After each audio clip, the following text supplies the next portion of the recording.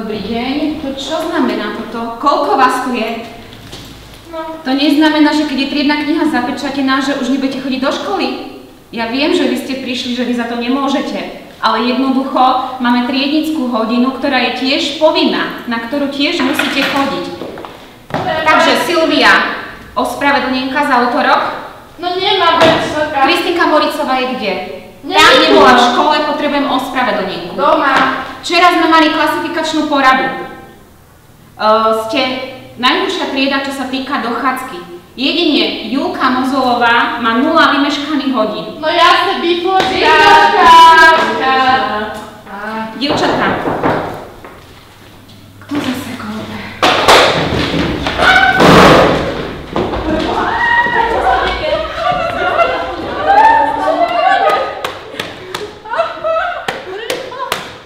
Haló, dispečink? Julka, mohaj!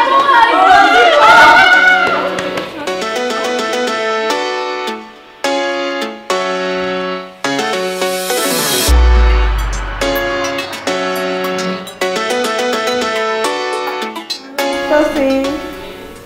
Čo? Kde? Nerozumiem. Ako? Ešte raz? Dobre, za 5 minút sme tam. Babi, máme výjazd.